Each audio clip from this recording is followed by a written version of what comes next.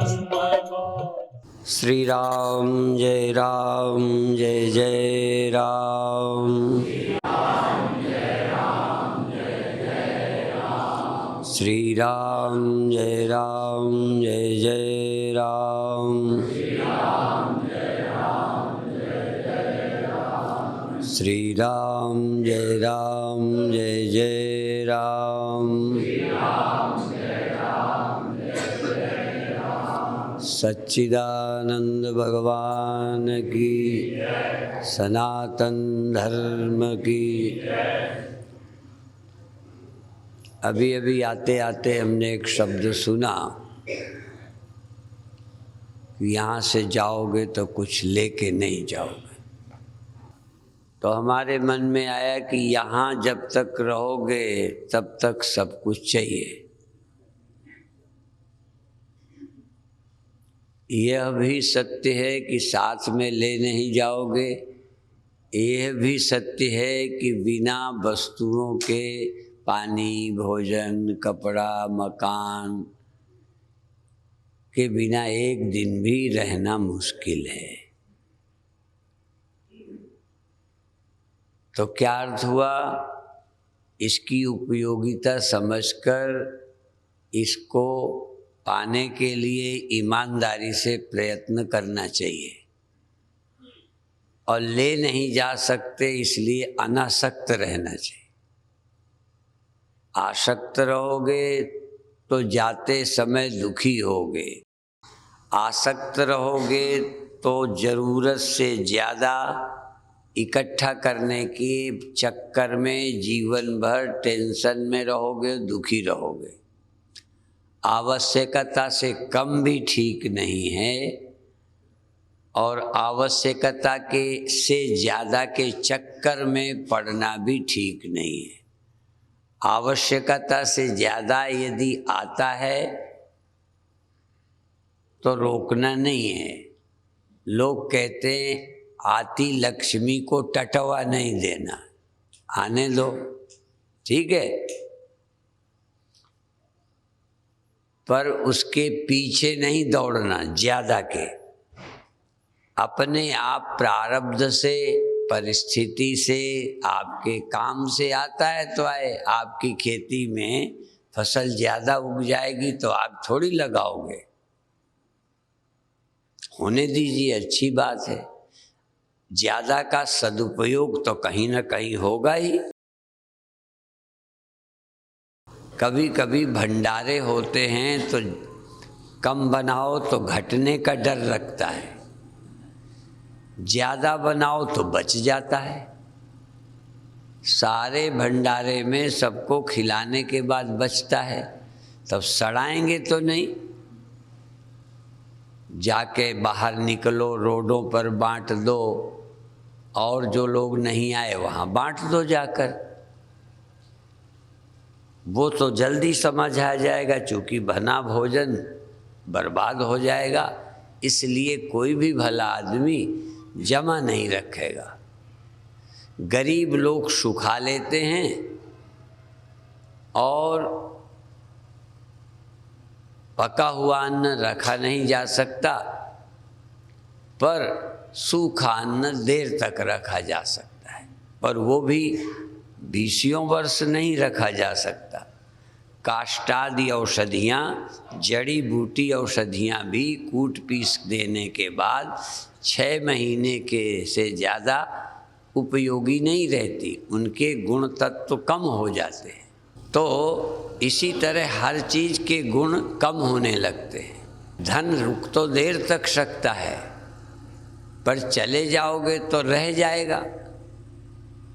तो रह जाने के बाद ज़्यादा अच्छी जगह लगाया जा सकेगा कि रहते हुए। आप अपने रहते इतने ईमानदार, सच्चे, सोच विचार वाले हो, जिसको इतना विचार है कि कम से काम नहीं चलता, ज़्यादा का अपने लिए कोई महत्व नहीं है, ऐसा विवेकी आदमी छोड़ के ऐसे ही मर जाए अचानक तो कोई बात नहीं है। पर जब मुझे पता है कि ज़्यादा का सदुपयोग मैं जितना अच्छा करूँगा मेरे चेले, मेरे बेटे, मेरे रिश्तेदार नहीं करेंगे। इसीलिए आप जानते हो, मैं बता दूं, मैं कभी जोड़ता नहीं हूं। जहां मुझे लगाना अच्छा लगता है, जीते जी लगाता जा रहा हूं। मुझे भी चेलों का विश्वास नहीं है कि यदि मैं छोड़ जाऊंगा तो ये क्या करेंगे, कहो घर ही को भेज दें। कई का लगाव तो घर ही से रहता है।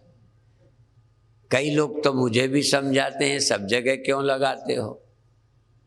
चेले मुझे भी समझाते हैं, मैं चेलों को नहीं समझा पाता। और आप भी अपने बेटों को नहीं समझा सकते। ज्यादा उदार होगे तो बेटे तुमसे जलेंगे कि सब बर्बाद किए दे रहे हैं। माने कमाई करके इनके दे जाओ, जिससे जुआ खेलें, शराब पिएं, लड़ाई झगड़ा करके खर्चें, विलासिता से जिए, बिना कमाई के उनको बैठे खाने का इंतजाम कर जाओ। बच्चों की तो यही आशा होगी। तो इसलिए ये बात सुनकर याद आई, मैंने कह दी। साथ में दूसरी बात मैंने जोड़ी है कि एक दिन भी आप बिना वस्तु के नहीं रह सकते, बिना कर्म के नहीं रह सकते। जो लोग कभी नासमझी से ये सोचते हैं कि धन की जरूरत नहीं, साथ में नहीं जाएगा, तो आज का इंतजाम नहीं करना।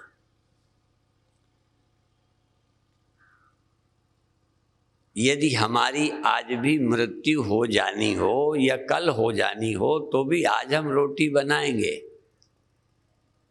भूखे नहीं रहना। क्यों हम भूख से तड़फें? जहां ज्यादा नहीं खाना है तहां भूखे भी नहीं रहना। यदि कोई रोटी बना रहा हो कि शरीर तो रहने ही नहीं है तो रोटी क्यों बनाए, तो नहीं बनाना। हमें पता है शरीर को नहीं रहना, पर अभी तो साल, 2 साल, 1 साल, 4 दिन तो रहेगा, अंदाज है, तो खाने का इंतजाम करेंगे। तो जब तक जीना है तब तक सीना है।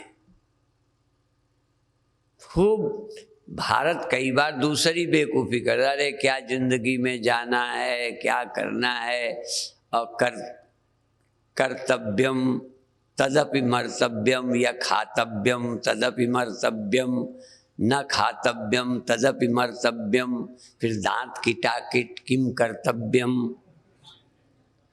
खाएंगे तो भी मरेंगे, नहीं खाएंगे तब भी मरेंगे, तो क्यों दांतों को यूं यूं करते रहे। भगवान ना समझ नहीं है। दांत बनाए हैं, मुंह बनाया है, गला बनाया है, पेट में हजम करने की व्यवस्था की है, ना खाने के लिए नहीं। अब कोई कहे मुंह खाने के लिए है तो दिन भर खाते ही रहें।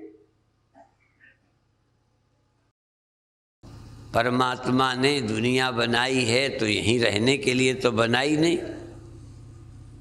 अब जिसको यहीं रहने के लिए भगवान ने भेजा हो, प्रकृति ने भेजा हो, या आप अपने विवेक से देख लो कि तुम्हें सदा यहाँ रहने को भेजा गया है, बोलो नहीं।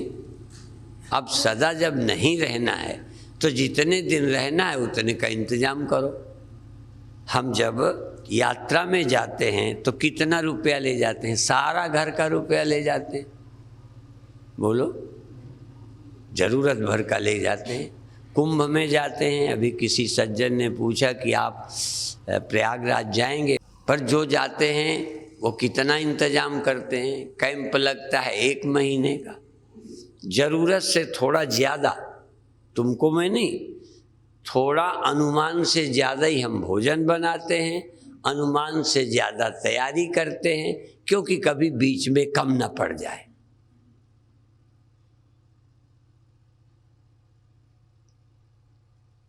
पर समझदार आदमी इतना भी ज़्यादा नहीं बनाते कि बर्बाद हो जाए, या कुंभ मेले में हम सामान बहुत ले जाएं, अब बाद में ढो के लौटाना पड़े। फिर भी अनुमान गलत हो सकता है।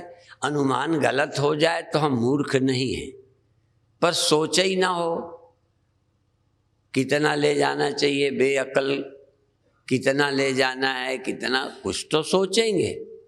सोचने में चूक होगी। कभी कभी भोजन घटता है और कभी कभी भोजन बचता भी है। दुनिया में कोई ऐसा नहीं है जिसका 100% अनुमान सही निकलता रहे। और घर में कभी कम ज़्यादा हो जाता है तो उसका हानि लाभ स्त्रियां भोगती हैं। सबको खिला पिला के जो बचा, थोड़ा कम भी सही, तो माताएं उसी से गुजारा कर लेती। दाल सब्जी बहुत चीज़ें बनी, अब उसमें से सब्जी कम हो गई तो दाल से खा लेंगे। घर में कोई ऐसा धैर्य वाला भी चाहिए कि भाई जैसी स्थिति है उसमें बाद में गुजारा कर लेंगे। यही जिम्मेदार का है। जिम्मेदार जो भंडारा खिलाएंगे, सबको खिलाएंगे, यदि कम ज़्यादा बाद में बच गया या कम पड़ गया तो जो सम्मेलन के आयोजक हैं या जो भंडारा करने वाले हैं वो कम में गुजारा कर लेंगे। वो पर्चे नहीं छपाएंगे कि भंडारा कम हो गया था, क्योंकि उन्हीं की बात है। तो ऐसे ही 19-20 परिस्थिति को स्वयं घर के जिम्मेदार लोग बर्दाश्त करते। यही बात देश पे लागू है। ईमानदारी से देश का काम नेताओं को करना चाहिए, पर यदि कोई परिस्थिति आए तो सबसे पहले नेता को झेलना चाहिए। गरीबी नेता, अमीरी है तो नेता व्यवस्था में रखें। ये जिंदगी के जीने के नियम है। और अनासक्त हो जाओ। अब जिंदगी क्या है ये समझो। ये क्यों मुक्ति के लिए? इतनी बात तो सब मूर्ख को भी समझ आ जाएगी जो मैंने बताई। इसके बाद ज्ञानी का काम है, जिज्ञासु का काम है कि आखिर जिंदगी क्यों बनी है, क्यों मिली है। जन्म हुआ और मर जाएंगे,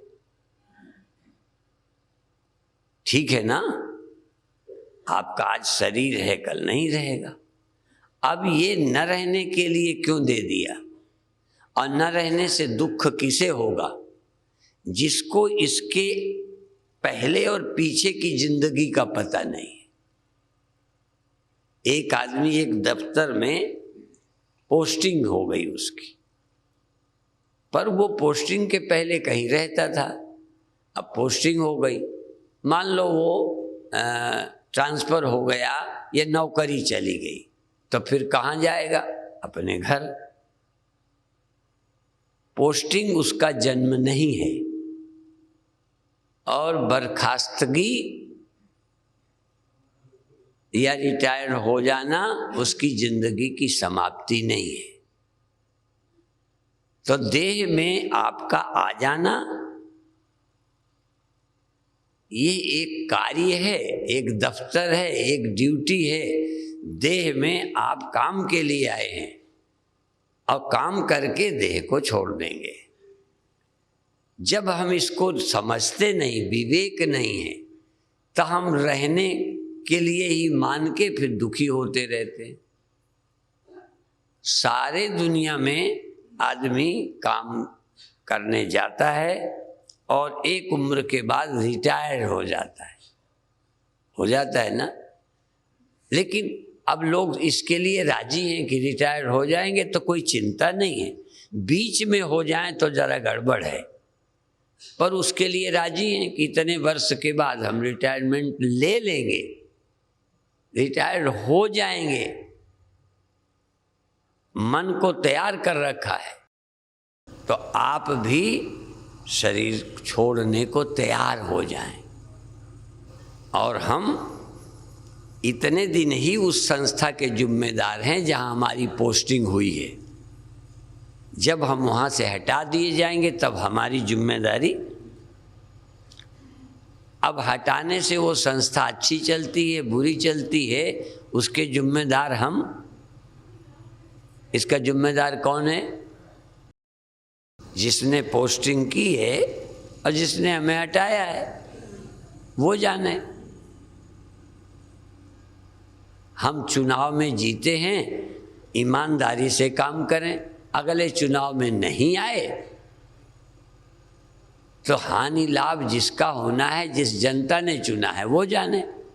मान लो तुम्हारे ना आने से दोबारा देश का नुकसान या एरिया का नुकसान है, तो उसके जिम्मेदार तुम हो या जिताने वाला? तुम काहे मरे जा रहे हो? जिसने नहीं चुना तुम्हारे लाभ से वंचित रहेगा, या जिन्होंने नहीं जिताया तुमसे हानि समझी होगी तो नहीं मौका दिया। भगवान राम ने रावण को मुक्ति दे दी, नहीं उचित समझा राम ने कि ये लंका के लिए अच्छा है।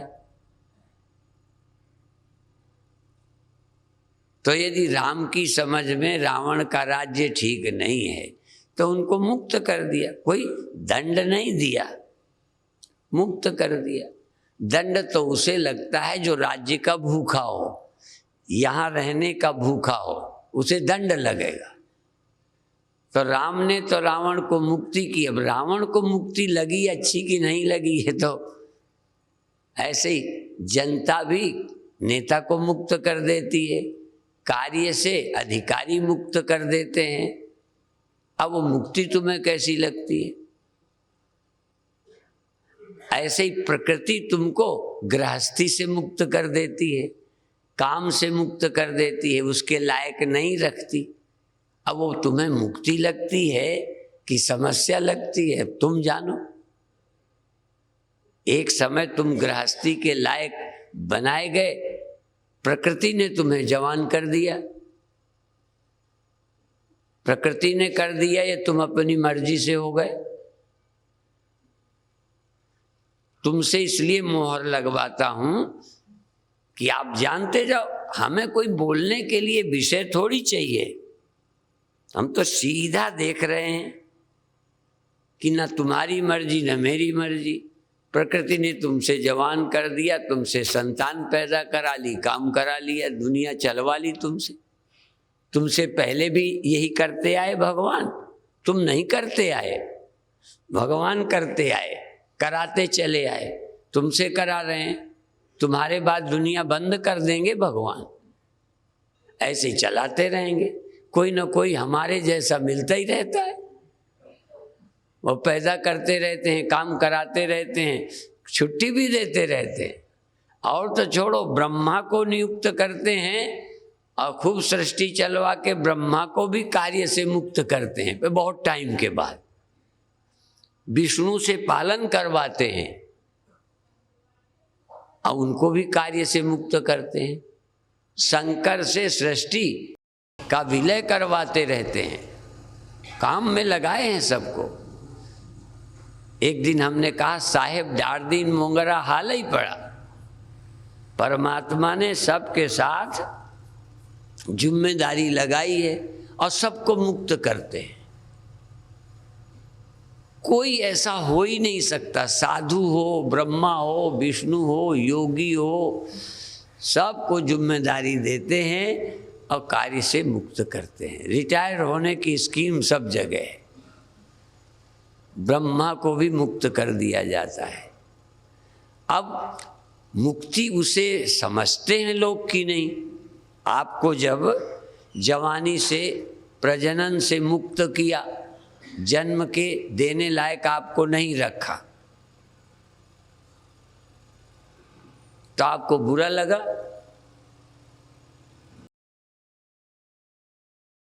जवानी का जाना आपको अच्छा लगा? क्यों नहीं लगा? लगना चाहिए। वो आपको जिम्मेदारी के लिए जवान किया था, मौज के लिए नहीं, भोगी बनाने के लिए नहीं, रस लेने के लिए नहीं। आपको जवान बनाया था अपने काम के लिए। तुमसे इतना काम लेके बूढ़ा कर दिया। अब बूढ़ा ही नहीं करेंगे, अभी तो रिटायर ही भर किया है, अभी तो बिल्कुल वापस भी बुला लेंगे। हाँ, बासी उस देश को जहाँ पार ब्रह्म का खेल, दिया भले अगम का बिन बाती बिन सहज मुक्ति है। देखो, तुलसीदास हरि गुरु करुणा बिन विमल विवेक न होई, बिन विवेक संसार घोर निधि पार न पावे। आंखें बंद करने से हमने बहुत बंद कर ली, ईमानदारी से कहते, पर समझ ना आवे तो दो कौड़ी सी बंद करके थोड़ा आनंद में चले गए तो क्या हो गया? ब्रह्मा समाधि नहीं लगा रहे, विष्णु समाधि नहीं लगा रहे, शंकर समाधि नहीं लगा रहे, और लगाई तो छूट गई।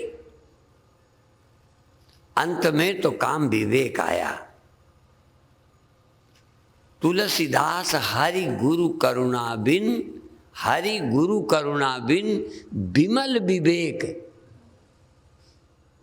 हाँ, बिन विमल विवेक ना होई। अब विमल विवेक क्या है? राजी रहो, ड्यूटी दी है चले जाओ, मुक्त, कोई आसक्ति नहीं। कोई एक बार चुन दिया, अगर नहीं चुना तो तुम काहे छाती कूटते हो? कहीं जो कोई है, दुख तो इस बात का है कि जो थोड़े दिन को तुम्हें बनाया तुम बने रहना चाहते हो, उसके जाने को तैयार नहीं, छोड़ने को तैयार नहीं। और परमात्मा ने परमानेंट तो ब्रह्मा को भी नहीं किया। आप ग्रंथ उठाइए तो विवेक का तो दिवाला निकाल देते हो, विवेक रखना नहीं चाहते, विवेक का आदर नहीं करते। हमारे एक आदरणीय संत स्वामी शरणानंद जी हुए हैं, वो नेत्र विहीन थे। वो एक ही बात है, विवेक का आदर, विवेक का स्वागत करो। परमात्मा ने तुम्हें समझ दी है, उस पर पर्दा क्यों डालते हो? परमात्मा ने बनाया है, थोड़े दिन के लिए बनाया है, सबको छुड़ा लेते हैं, तो उसके लिए पहले उसकी हुक्म को पहचानो, उसके खिलाफ योजना ना बनाओ। उसकी योजना है वापस बुलाने की, तुम्हारी योजना उसके विपरीत है। बोलो क्या है तुम्हारी? बने रहने की। तो वो मालिक है कि तुम मालिक हो? तुम्हारी चलेगी कि उसकी चलेगी? तो ईश्वर भक्त किसे कहते हैं? मंदिर चले जाने वाले को। ये सारे राष्ट्रभक्त हैं, हर वाली पार्टी के चमचे हैं, बातें कुछ कर रहे हैं, जीवन कुछ जी रहे हैं। तो आप मंदिर जाते हैं, ईश्वर की बात को समझते हैं, ईश्वर की योजना का सम्मान है। ईश्वर की योजना हुक्म में आप आनंदित हो। और दुख क्या है तुम्हें? ईश्वर की प्रक्रिया से, योजना से हम 100% राजी नहीं है, यही दुख है। परमात्मा ने अपना काम आपसे कराया है, पर आपको भी थोड़ा कुछ रस मिलता रहे, ये व्यवस्था कर दी है। परमात्मा ने अपनी सृष्टि चलाई और तुमको जवान बना दिया कि तुम भगवान की सृष्टि चलाओ, थोड़ा तुम्हें भी थोड़ा चस्का लगा रहे। तुम अपने बच्चों को कमा खा के पढ़ाते लिखाते रहो, तुम्हें अपने लगते रहें, जिससे तुम्हें थोड़ा रस आता रहे। तुम्हें दूसरे के बच्चे पालने में रस है? बोलो, दूसरे को बच्चों की चिंता है? तब परमात्मा हमको जानते हैं कि ये बिना अपनी के करेंगे नहीं, इसलिए ऐसी नासमझी भी दे दी कि तुम लगे रहो, पालते रहो, पढ़ाते रहो। हाँ, माँ दूध पिलाए, कुतिया भी दूध पिलाए, गधैया दूध पिलाए, नहीं? क्यों पिला रही है? परमात्मा ने ऐसा बना दिया है कि उसको ठीक लगता है।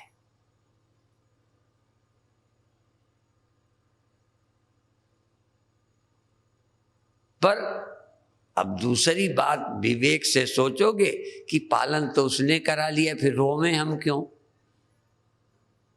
क्योंकि तुम्हारे द्वारा जिनको पैदा कराया अविनाशी पैदा कराया।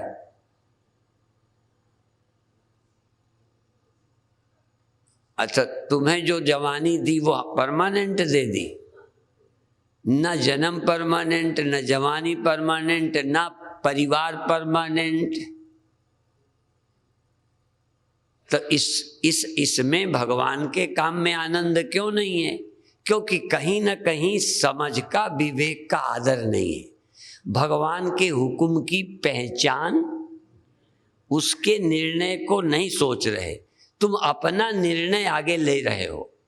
शुरू में तो भगवान ने भी चाहा कि तुम्हें समझ ही ना आवे। यदि समझ में ज्यादा आता तो शायद आप इतनी जिम्मेदारी से ना करते। पर अंत में परमात्मा ने चाहा कि भाई ये मुक्त भी तो हो जाएं। तो मुक्ति के लिए आवश्यक है कि आप समझ के साथ काम करो। भक्ति मुक्ति समझ से आएगी। काम तो ना समझ भी कर रहे हैं। कुतिया को कौन सा गीता पढ़ी है? भैंस कौन रामायण पढ़ी है? बंदर क्या है?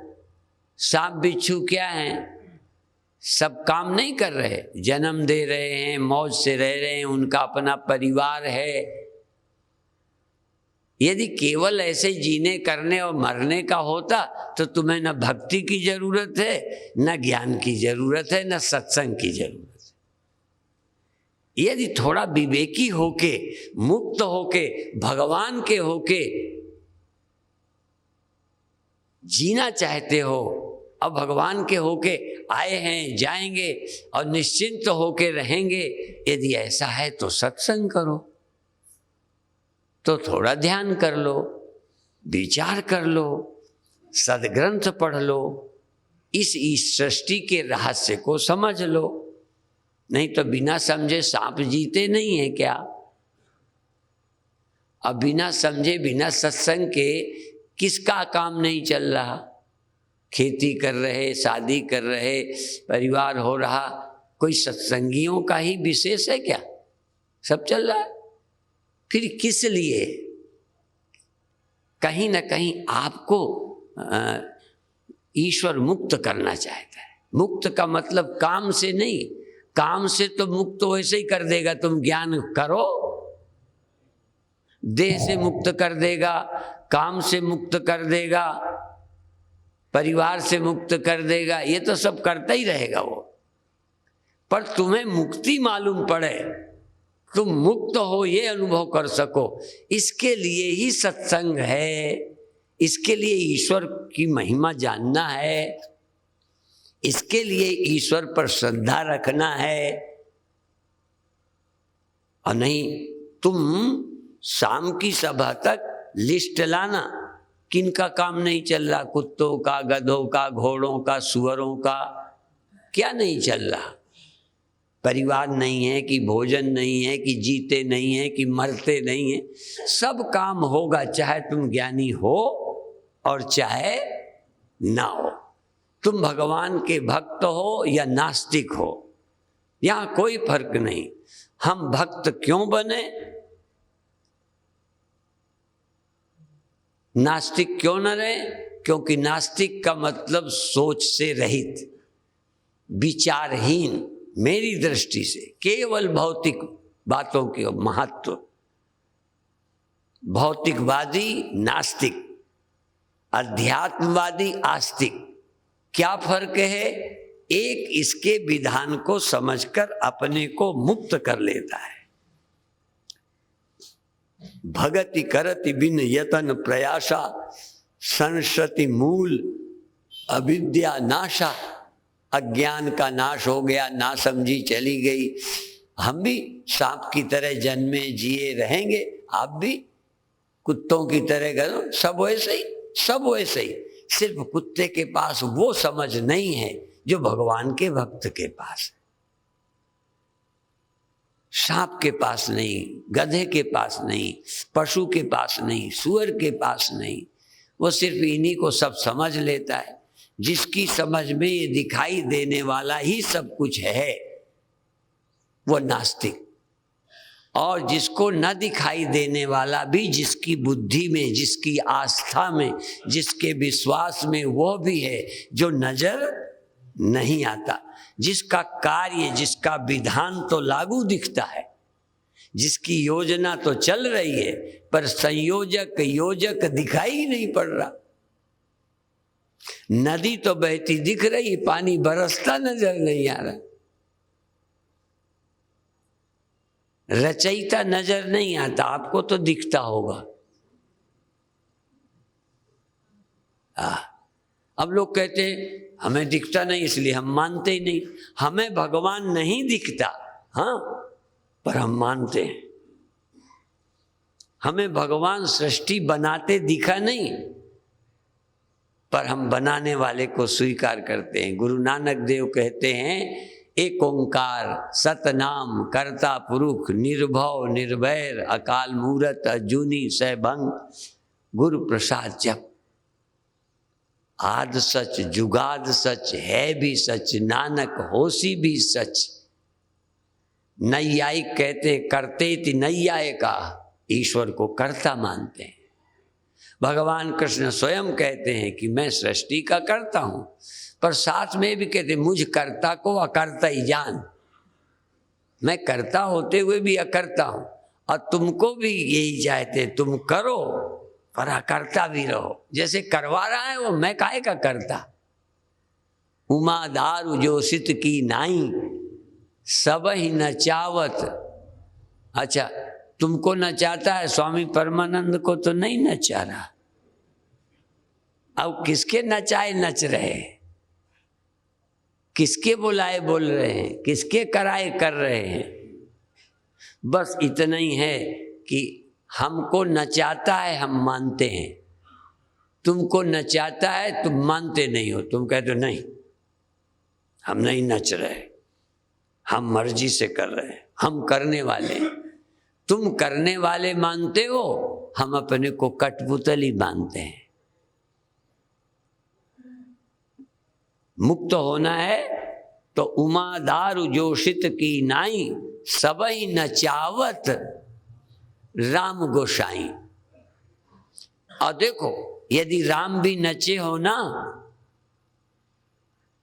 यदि राम भी नचे हो, तो फिर राम एक वो है जिसने राम को भी नचाया, कृष्ण को भी नचाया, विष्णु को भी नचाया, ब्रह्मा को भी, और सब नचाए ही गए। एक ही है केवल नचाने वाला। नचाने वाला एक है। मुसलमान एक मानता है, हम लोग कोई 100 नहीं मानते। हम लोग भी एक ही मानते हैं। हम पर इल्जाम है कि तो बहुत भगवान मानते हैं, पर हम लोग बहुत नाम वाले मानते हैं, बहुत रूप में आया मानते हैं। पर आया नचाने वाला एक ही है, सब ही नचावत।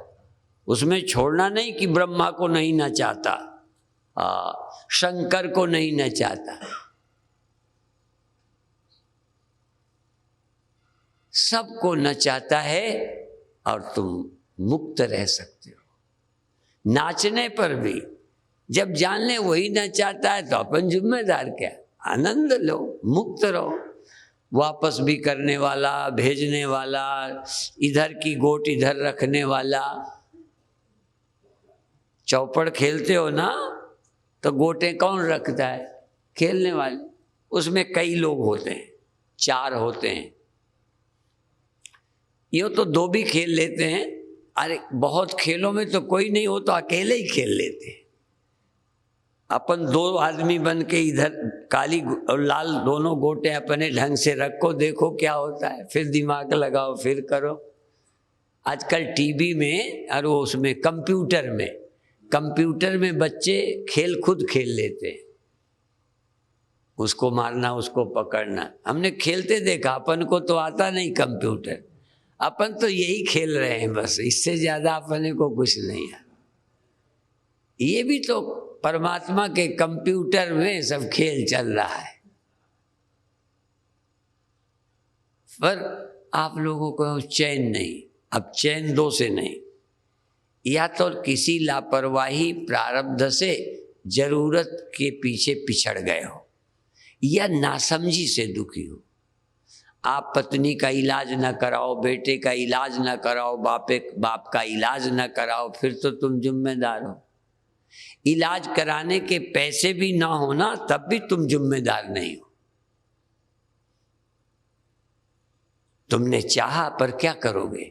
सैकड़ों लोग हैं जो बिना इलाज के मर जाते हैं और सैकड़ों लोग इलाज करा के मर जाते हैं। किन के लिए रोवें, बता दो मुझे। बिना इलाज के मरे तो अखबार वाले आ जाएंगे, पत्रकार आ जाएंगे, तमाम राजनीतिक पार्टियां आ जाएंगी कि फला के शासन में बिना इलाज के मर गया, बिना खाए मर गया। बहुत बुरी बात है, मैं भी कहता हूं बुरी बात है, पर खा के मरना अच्छी बात है। उल्टी करके मरना, लूज मोशन में मरना,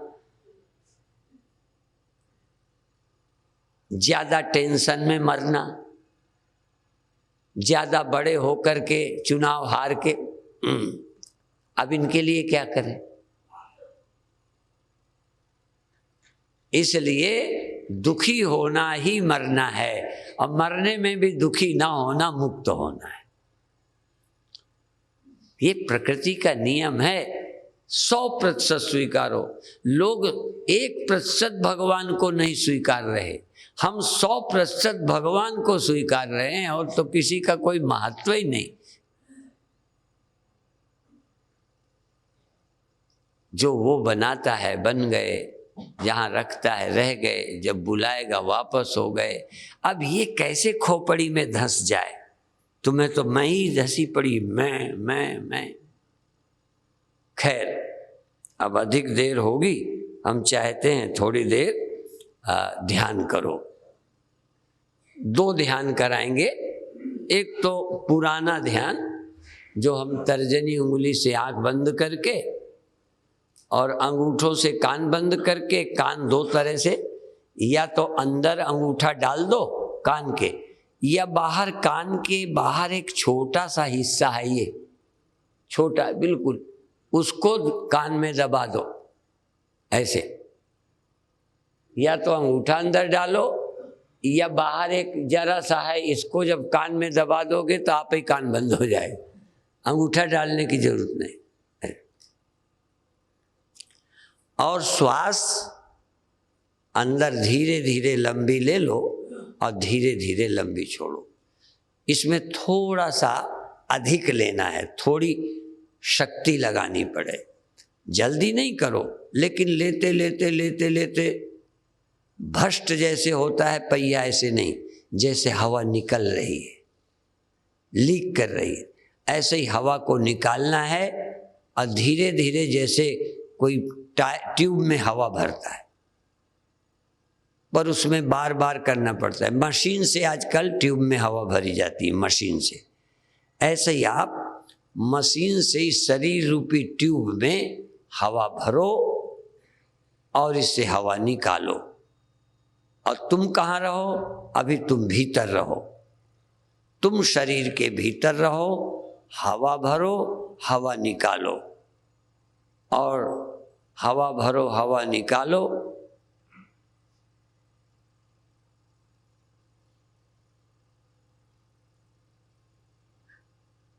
शरीर के प्रति सजग बने रहो, शरीर के प्रति होश जगाए रखो, चेतन बने रहो। सोचो कुछ नहीं, बस हवा भरो, हवा निकालो, जो हो रहा है उसका सिर्फ अनुभव करो। और इसी स्थिति में अब अपने चेतना को आँखों के पीछे, आँखों के पास, पूरी चेतना, तुम आँख ही बन जाओ।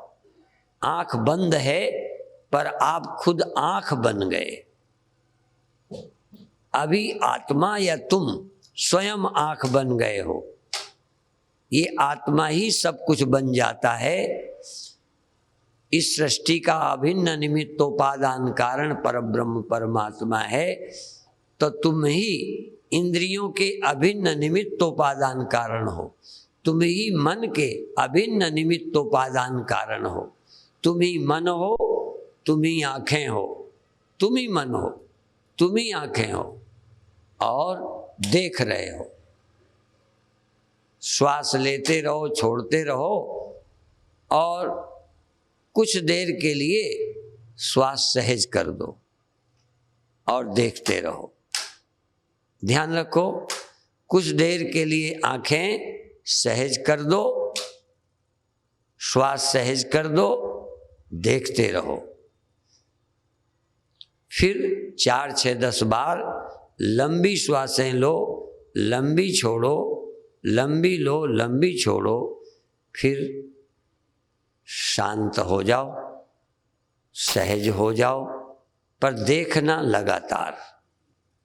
बंद आंखों देखो, देखते रहो, देखते रहो, देखते रहो और कोई काम नहीं। तुम ही मन हो, तुम ही आंखें हो, तुम ही देख रहे हो। और दिखाई कौन पड़ रहा है? तुम ही।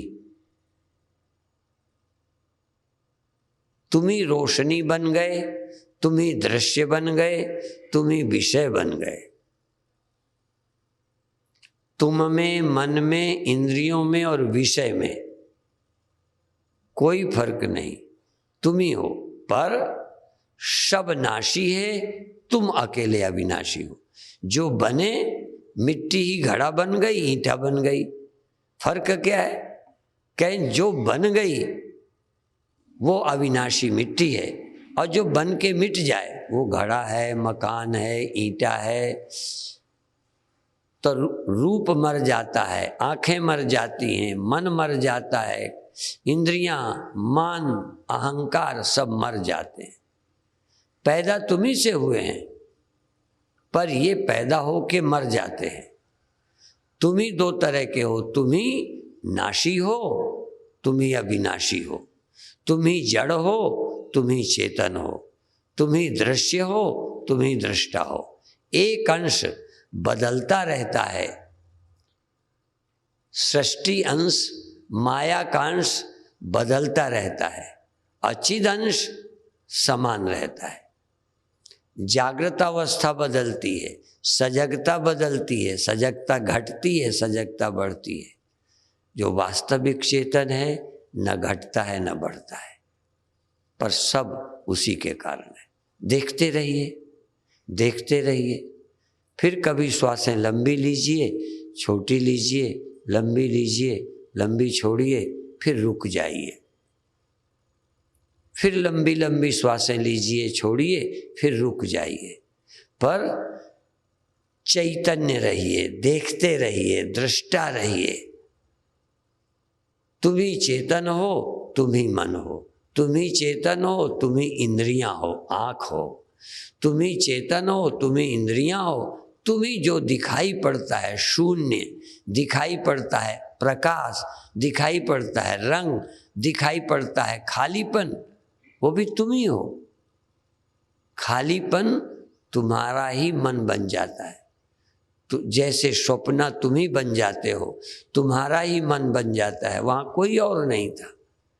ऐसे ही तुम ही अजन्मा अविनाशी हो। तुम ही जन्मने वाले मरने वाले हो। तुम ही देखने वाले हो, तुम ही दिखाई देने वाले हो। तुम ही जड़ हो, तुम ही चेतन हो।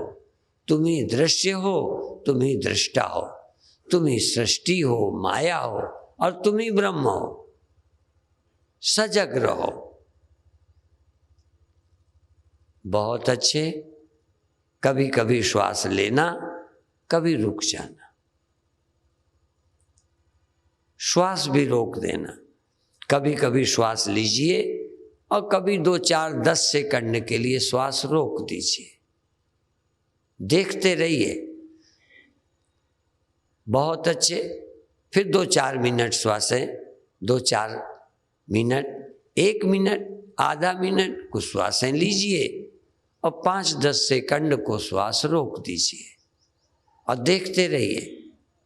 तुम ही प्राण हो, तुम ही अपान हो, तुम ही उदान हो, तुम ही व्यान हो।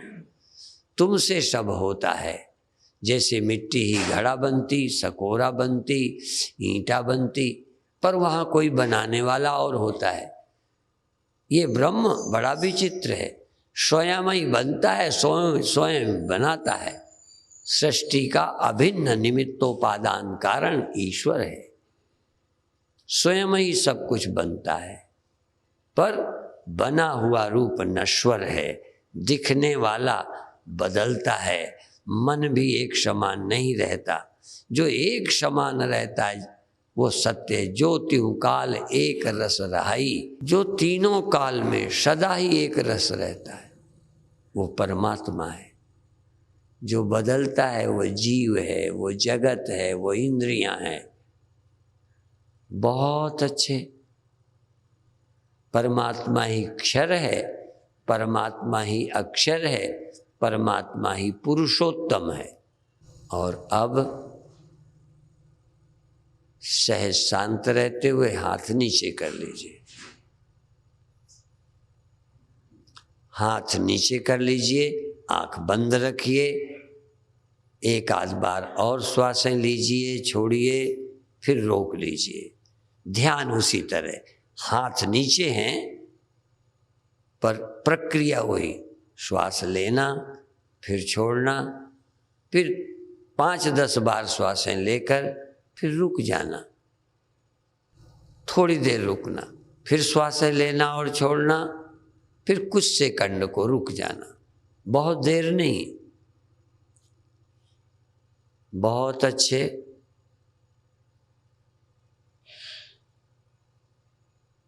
अब आंखें बंद रखिए, एक आध मिनट और करिए, श्वास लेना और रुकना, कुछ देर सहज श्वासें चलने दीजिए।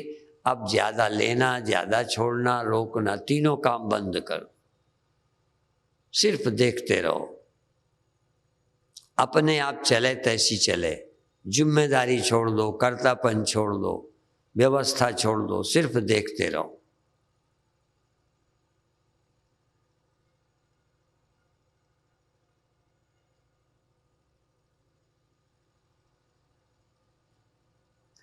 बहुत अच्छे। अब ऐसे ही बैठे बैठे केवल 3 मिनट प्रभु का नाम जपेंगे। श्वास जब लें तो रा, जब श्वास छोड़ें तो माँ। जबान से नहीं बोलना है, संकल्प, संकल्प। आपका मन श्वास के सहारे मन बोल रहा है। मेरा मन कहता है रा, मेरा मन कहता है माँ, रा माँ, और कोई नहीं, केवल तुम। और तुम माने चेतन और मन। कभी मन भी नहीं, चेतन। मन चेतन में लीन हो गया, मन अलग बचा ही नहीं। जैसे घड़ा मिट्टी में ही लीन हो गया, जैसे लहर पानी में खो गई। ये मन चेतन की लहर है। अब ये चेतन की लहर चेतन में खो गई, चेतन में खो गई। और चेतन स्वयं ही चैतन्य रहकर मन को अपने में लीन कर, जैसे राम, राम चेतन नाम बोल रहा है, चेतन नाम जप रहा है। जैसे हमारे यहाँ अजपा जाप को कहते जीवो जपति, जीवो जपति तत्वतः। जीव जपने लग जाए, जीभ नहीं, हाथ नहीं, इंद्रियां नहीं, मुख नहीं। कर मुख ते बहुतक जपें, श्वासा बिरला कोय। श्वास छोड़ी, आत्म जपे, जीव जपे। स्वयं आप जपने लग जाएं। स्वयं माने चेतन, स्वयं माने जीव, स्वयं माने मैं जपूं। हाथ तो मेरे हैं, बिना हाथ के भी। जबान मेरी है, मैं बिना जबान के भी होता हूँ। मिट्टी सदा घड़ा थोड़ी रहती है, घड़ा के बिना भी रहती है। ऐसे ही आप वाणी के बिना हो गए, हाथों के बिना हो गए, मन के बिना हो गए, और तुम सीधा सीधा नाम जपते हो। जिस दिन जीव स्वयं सब उपाधियों का त्याग कर सीधा प्रभु का नाम लेता है, उस समय शांति मुक्ति पीछे पीछे फिरने लगती है। बहुत अच्छे।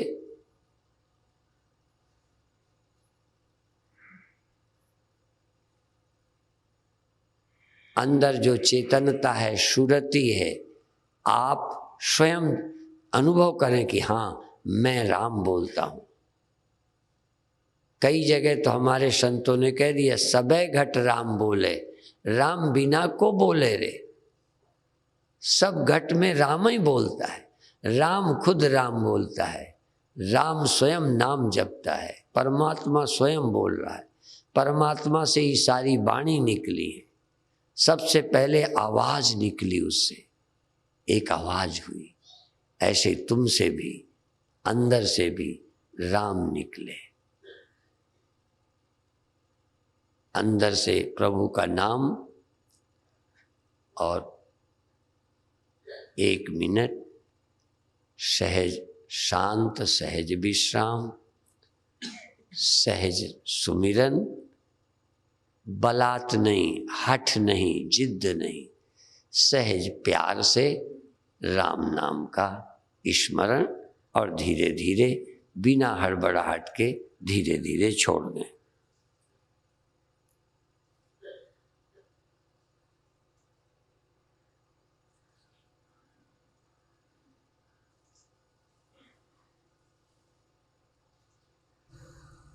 बहुत अच्छे। अब सहज भाव से छोड़िए। शाम की सभा फिर ठीक 2 बजे प्रारंभ हो जाएगी। उसके पहले ही आएं, जिससे आए हुए अन्य संतों का भी सुनने का मिल सके।